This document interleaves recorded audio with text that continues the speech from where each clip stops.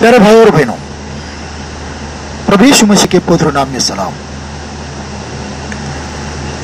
पिछले वीडियो में हमने देखा कि प्रभु यीशु मसीह मंदिर के विषय में भविष्यवाणी करता है और वो मंदिर किस तरह से नष्ट होगा इस विषय में बताता है। प्रभु यीशु ने जो समय मंदिर का या जिस तरह से मंदिर नष्ट होगा करके बताया था, ठीक वैसा ही AD 70 में हुआ। इस बात पर हमने पिछले वीडियो में मनन किया था। आज हम जो चेलों का दूसरा प्रश्न था कि तेरे आने का चिन्ह क्या है, इस पर थोड़ा सा मनन करेंगे। प्रभु यीशु को उसके चेलों ने 3 प्रश्न पूछे थे। उसमें पहला प्रश्न मंदिर के विषय में था कि यह कब होगा, क्योंकि चेलों ने उसे मंदिर दिखाया था और मंदिर की सुंदरता के विषय में वे बता रहे थे। और उस समय प्रभु यीशु ने कहा कि जो तुम ये इमारत देखते हो वह ढाई जाएगी, उसका पत्थर पर पत्थर नहीं रहेगा। और उसके बाद जैतून के पहाड़ के ऊपर बैठने के बाद चेले उसके पास एकांत में आते हैं और उसे प्रश्न पूछते हैं कि ये कब होगा और तेरे आने का चिन्ह क्या है और जगत के अंत का चिन्ह क्या है। तो प्रभु यीशु ने जो मंदिर के विषय में कहा वह हमें मत्ती की किताब उसका 24वां अध्याय दूसरा वचन, मरकुस की किताब उसका 13वां अध्याय दूसरा वचन, लूका की किताब उसका 21वां अध्याय और 6वां वचन इसमें पढ़ने को मिलता है। प्रभु यीशु ने मंदिर ढह जाने के विषय में भविष्यवाणी की थी और वो भविष्यवाणी AD 70 में पूरी हो गई। जैसे कि मैंने अभी कहा था, चेलों ने कुल मिलाकर के 3 प्रश्न यीशु से पूछे थे। उसमें से पहले प्रश्न का उत्तर प्रभु यीशु ने मत्ती 24 के 2, मरकुस 13 के 2 और लूका 21 के 6 में दिया है। दूसरा जो प्रश्न है कि तेरे आने का चिन्ह क्या है। अब यहां पर कुछ लोगों का सवाल यह भी रहेगा कि क्या इस प्रश्न का उत्तर प्रभु यीशु ने दिया, क्योंकि प्रभु यीशु ने उस समय डायरेक्टली उनसे ये नहीं कहा कि हाँ मैं आऊंगा और मेरे आने का चिन्ह बिल्कुल यही होगा। कोई ऐसा दावा नहीं किया। इस कारण लोग पूछ सकते हैं कि क्या यीशु मसीह ने उनके प्रश्न का उत्तर दिया। मैं कहूंगा हाँ दिया, लेकिन बहुत ही घुमा फिरा करके दिया, रहस्यमय तरीके से दिया और चले उससे संतुष्ट हो गए। शायद हो सकता है कि कुछ लोग नहीं होंगे। हालांकि प्रभु यीशु ने बहुत से प्रमाण दिए उसके आने के विषय में और बहुत सारी बातें बताई, लेकिन फिर भी कुछ लोगों के मन में यह शंका हो सकती है कि क्या प्रभु यीशु मसीह सच में आएगा। तो उन लोगों के लिए मैं यहां पर 5 बातें बताने की कोशिश करूंगा कि प्रभु यीशु मसीह ने क्या कहा उसके विषय, मतलब उसके आने के विषय में। और आज हम यीशु मसीह के उन 5 बातों को देखेंगे जो उसने उस समय अपने मुंह से कही और पूरी हो गई। मैं उन लोगों के लिए कुछ कहूंगा जो मन में इस बात के लिए शंका रखते हैं कि क्या सच में प्रभु यीशु मसीह आएगा। यहां पर मैं 5 बातें रखता हूं। उसमें से एक है मंदिर का ढह जाना। उसके विषय में प्रभु यीशु ने भविष्यवाणी की और वो भविष्यवाणी AD 70 में पूरी हो गई। ये पहली बात है, जिसके विषय में पहले इसके विषय में जो मैंने वीडियो अपलोड किया है उसमें काफी विस्तार से मैंने बात की है आप उसको सुन सकते हैं। और यदि आपको कोई प्रश्न है तो मुझे कमेंट बॉक्स में पूछ सकते हैं। अब दूसरी बात जो है यीशु मसीह ने कही और पूरी हो गई, वह है पतरस का यीशु मसीह को नकारना। यीशु मसीह मत्ती की किताब 26 के 34 से अगर आप आगे पढ़ते हैं तो वहां पर प्रभु यीशु मसीह यह कहता है कि आज रात तुम में से काफी लोग मुझे छोड़ करके चले जाएंगे। तब पतरस कहता है, प्रभु यदि ये सब छोड़ के जाएंगे फिर भी मैं नहीं जाऊंगा, मैं बिल्कुल अंत तक या मरने तक तेरे साथ में रहूंगा। तब प्रभु कहता है, आज रात जब तक तू 3 बार मुझे नहीं नकारेगा तब तक मुर्गा बाग नहीं देगा। और यह भविष्यवाणी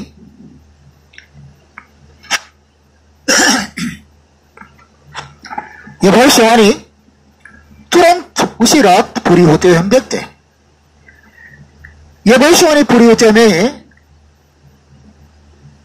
मत्ती की किताब उसका 26वां ही अध्याय और उसके 69 से लेकर के 74 तक इन वचनों में, इन 5 वचनों में पढ़ने को मिलती है। यह भविष्यवाणी पूरी हो गई। पतरस ने 3 बार यीशु मसीह को नकारा, पहचानने से इनकार किया और उसके बाद में मुर्गा भाग देता है। आप पढ़ी इन वचनों को, बेहतर होगा क्या आप पढ़ी। और तीसरी बात है जो प्रभु यीशु मसीह ने कही और उसी दरमियान पूरी हो गई। यहूदा इस्करियोत यीशु मसीह को पकड़ा के देगा, यह यीशु मसीह को पहले से ही पता था। फिर भी उस रात प्रभु यीशु कहता है, तुम में से एक जन मुझे पकड़ा के देगा। तब सारे चेले कहते हैं कि प्रभु क्या मैं हूं क्या? क्या प्रभु वो मैं हूं क्या? अंत में यहूदा इस्करियोत कहता है कि प्रभु क्या वो मैं हूं? तो यीशु कहता है, हाँ तूने कह दिया। और उसके बाद में उसे यीशु मसीह निवाला भी खिलाता है और निवाला खिलाने के बाद वहां से यहूदा इस्करियोत चला जाता है। दरमियान प्रभु यीशु मसीह कहता है कि मनुष्य का पुत्र तो अपने कहे के अनुसार ठहराए अनुसार जाता जरूर है, लेकिन वह व्यक्ति जो उससे बलवा करता है या उसे पकड़ा के देता है उसका बहुत बुरा होगा। यदि वो पैदा नहीं होता तो अच्छा होता। अर्थात यहां पर प्रभु यीशु मसीह यहूदा इस्करियोत की जो भयानक परिस्थिति होने वाली थी और उसकी जो भयानक मृत्यु थी उसके विषय में भविष्यवाणी करता है। और भविष्यवाणी कुछ दिनों के बाद, मतलब उसी दरमियान पूरी हो जाती है। यीशु मसीह क्रूस पर चढ़ाया जाता है, उसी रात पकड़ा जाता है और क्रूस पर चढ़ाया जाता है। 3 दिन तक वो कब्र में रहता है, उसके बाद में जी उठता है और उसके बाद 40 दिन तक अपने चेलों के साथ में रहता है और वो चला जाता है और उसके 10 दिन के बाद में पवित्र आत्मा आता है और इस दरमियान वह भविष्यवाणी पूरी हो जाती है। अर्थात यीशु मसीह के पकड़ाए जाने के दूसरे दिन से लेकर के प्रभु यीशु मसीह के जाने के बाद 10 दिनों के बाद पवित्र आत्मा आता है। इन 53 दिनों में, इन 53 दिनों में भविष्यवाणी पूरी हो जाती है, या यूं कही कि 50 दिनों में भविष्यवाणी पूरी हो जाती है।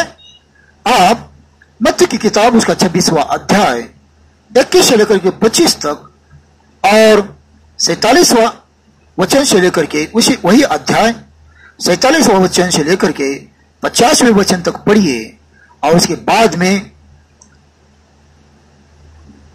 में आप मत्ती की किताब उसका 27वां अध्याय उसका 5, 7 और 8 पढ़िए और उसके बाद में मर्क प्रेरित के काम उसका पहला अध्याय और 18वां वचन पढ़िए। इसमें ये सारी बातें जो मैंने कही उन सारी बातों का लेखा जो आपको मिल जाएगा। यहां पर भी प्रभु यीशु ने ये तीसरी बात कही थी और तुरंत कहने के तुरंत बाद वह बात पूरी हो गई और भविष्यवाणी पूरी होती हम यहां पर देखते हैं। अब चौथी बात प्रभु यीशु मसीह ने कही थी और वह चौथी बात थी यरूशलेम का नष्ट हो जाना।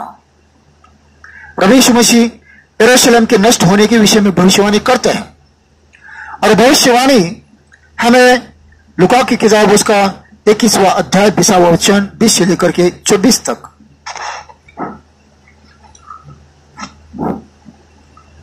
और उसके बाद 19वां अध्याय वचन 44 ये पढ़िए। उसके बाद में लूका की किताब उसका 23वां अध्याय और 28 से लेकर के 31 तक पढ़िए। जिसे मैंने ऊपर लिखा है उसे।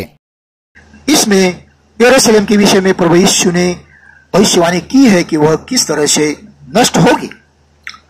और लूका की किताब उसका 23वां अध्याय 28 से लेकर के 31 जब आप पढ़ते हैं तो वहां पर लिखा है कि यीशु मसीह जब क्रूस उठा करके जा रहा था उस समय कुछ महिलाएं रोते हुए उसके पीछे जा रही थी। तो प्रभु यीशु मसीह पीछे मुड़ता है और उनसे कहता है कि मेरे लिए मत रो, मेरे लिए मत रो, अपने बच्चों के लिए रो, क्योंकि गीले पेड़ के साथ में यदि ऐसा किया जाता है तो फिर सूखे पेड़ के साथ में कितना भयानक किया जाएगा। वह भी भविष्यवाणी यरूशलेम के नष्ट होने के विषय में थी जो यदि 70 में पूरी हो गई। जिस समय मंदिर नष्ट हुआ उसी समय वह पूरी हुई।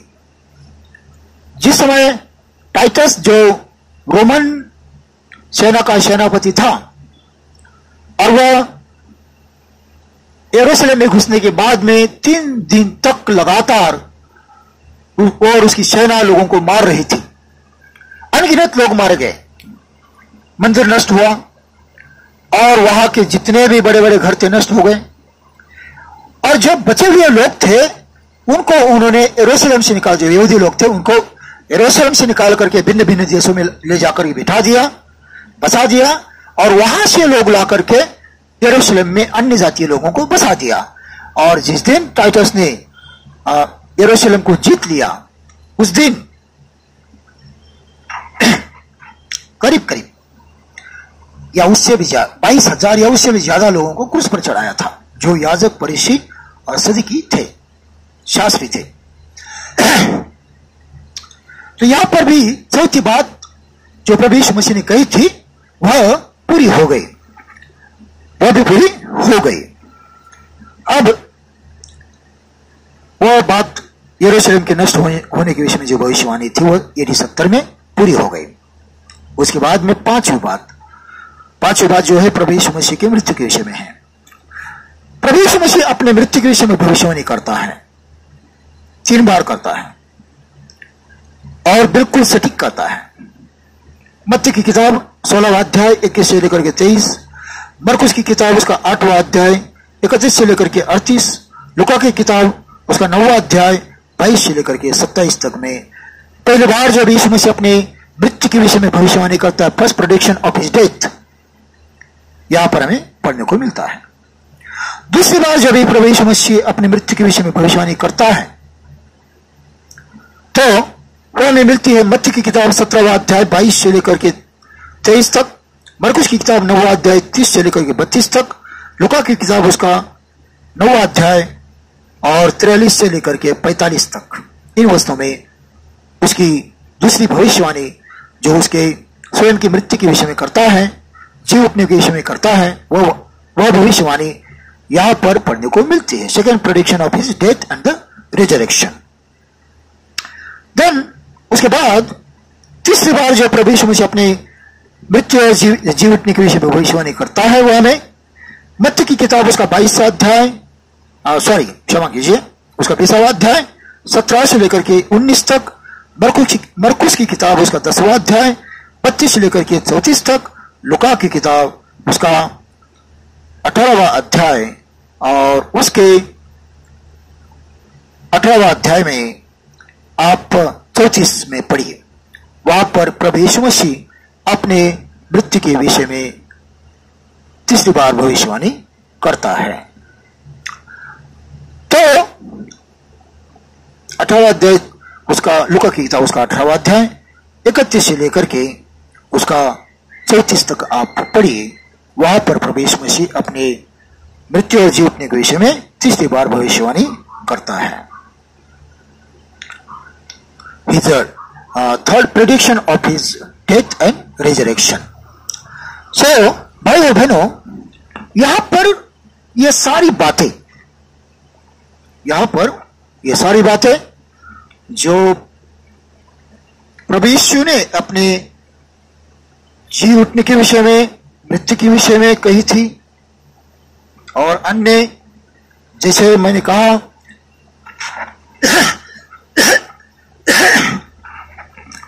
कहा मंदिर का नष्ट होना, यरूशलेम का नष्ट होना, यहूदा के विषय में, पतरस के विषय में जो बातें कही थी, वे सारी बातें पूरी हो गई। प्रभु यीशु मसीह ने सारे प्रमाण भी दिए और जैसा उसने कहा था वैसा पूरा हुआ। तो यीशु मसीह अपने आने के विषय में भी प्रमाण देता है, बहुत सारे प्रमाण देता है। उस पर हमें ठीक से मनन करना पड़ेगा और आने वाले दिनों में हम करने वाले भी हैं। तो वह सारी बातें पूरी हो गई। जब वह सारी बातें पूरी हो जाती है तो हमें मान के चलना चाहिए कि यीशु मसीह के आने के विषय में जो भविष्यवाणी की गई है वह भी पूरी होगी। The prediction of his coming back or the prophecy of his coming back will be fulfilled and no delay. That will be the fulfilled. लेकिन हमें अपने मन से शंका निकाल देनी चाहिए, विश्वास में बने रहने चाहिए। यीशु मसीह अपने चेलों को क्या कहता है, उसके आने के विषय में जब वो बताता है तो यीशु मसीह उन्हें जागृत रहने के विषय में कहता है। क्या कहता है? जागृत रहने के विषय में, उसकी बाट जोने के विषय में, लगातार बाट जोते रहो, यह कहता है। हमें भी बाट जोनी चाहिए, हमें भी जागृत रहना चाहिए, हमें अपने मन में शंका लेकर के नहीं जीना चाहिए। मैं आपके लिए यहां पर एक वचन पढ़ना चाहता हूं और फिर मैं प्रार्थना के साथ में समाप्त करूंगा। मत्ती की किताब उसका 24वां अध्याय और उसके 42 से लेकर के 44 तक। इसलिए जागते रहो। क्या कहता प्रभु? इसलिए जागते रहो, क्योंकि तुम नहीं जानते कि तुम्हारा प्रभु किस दिन आएगा। परंतु यह जान लो कि यदि घर का स्वामी जानता होता कि चोर किस प्रहर आएगा। क्या कहता है? परंतु यह जान लो कि यदि घर का स्वामी यह जानता होता कि चोर किस प्रहर आएगा तो जागता रहता और अपने घर में सेंध लगने न देता। इसलिए तुम भी तैयार रहो। क्या कहता प्रभु? इसलिए तुम भी तैयार रहो, क्योंकि जिस घड़ी के विषय में तुम सोचते भी नहीं हो उसी घड़ी मनुष्य का पुत्र आ जाएगा। जिस घड़ी के विषय में हम सोचते नहीं है उस घड़ी प्रभु यीशु मसीह आएगा। इसलिए भाई और बहनों, हमें जागते रहना चाहिए, यीशु मसीह की आने की बाट जोती रहनी चाहिए, जागृत रहना चाहिए और मन से, अपने मन से सारी शंकाओं को हटा देना चाहिए जो प्रभु यीशु मसीह के आने के विषय में मन में उठती है। और मैं आपको एक बात बता दूं, वो उठती नहीं है। शैतान हमारे मनों में शंका डालता है कि हम निद्रा में चले जाए, अविश्वास में चले जाए और प्रभु यीशु मसीह आकर के अपने लोगों को लेकर के चला जाए। इसलिए हमें उसे मौका नहीं देना चाहिए। आइए हम प्रार्थना करते हैं और प्रार्थना के साथ में मैं खत्म करूंगा। खुदावन, धन्यवाद देता हूं तेरे वचन के लिए, जो वचन हमने अभी सुना है। ये सारे वचन, ये संदेश हम सब के लिए आशीष का कारण बनने पाए, जीवन में एक नई आशा, नई उमंग और नया विश्वास का कारण बनने पाए। संसार में जब जब यह संदेश सुना जाएगा, लोगों का विश्वास बढ़ने पाए, तब तब लोग ज्यादा से ज्यादा प्रार्थना में बढ़ने पाए, पवित्र आत्मा का स्पर्श होने पाए। और विशेष करके मैं यह भी प्रार्थना करता हूं कि जब जब यह संदेश लोग सुनेंगे, उन्हें तेरे आशीष के सामर्थ का स्पर्श होने पाए। यीशु मसीह के नाम से उन्हें तू छू ले प्रभु जी, वचन के द्वारा तू छू ले प्रभु जी। और जिनको भी चंगाई की जरूरत होगी, अपने हाथों से छू करके उन्हें चंगा कर दे। जिनके परिवारों में, जिनके जीवन में, जिनके नौकरी में, व्यापार में कोई समस्या हो, वह समस्या यीशु मसीह के साथ नाम से तेरे सामर्थ के जरिए नष्ट होने पाए। और जिन बच्चों के पढ़ाई में समस्या है, वह समस्या भी यीशु मसीह के नाम से पूरी तरह से नष्ट होने पाए। और जो भाई बहन अन्य किसी समस्या से परेशान है, तो वह सारी उनकी परेशानी, वह समस्या यीशु मसीह के नाम से उन्हें छोड़ करके चली जाने पाए। हे खुदावंद, हम प्रार्थना करते हैं तो अपना सामर्थ्य प्रकट कर। हे खुदावंद, हम प्रार्थना करते हैं सुनने वाले सभी लोगों को छू ले प्रभु जी। संसार में जब जब यह वीडियो सुना जाएगा, तब तब लोग आशीषित होने पाए।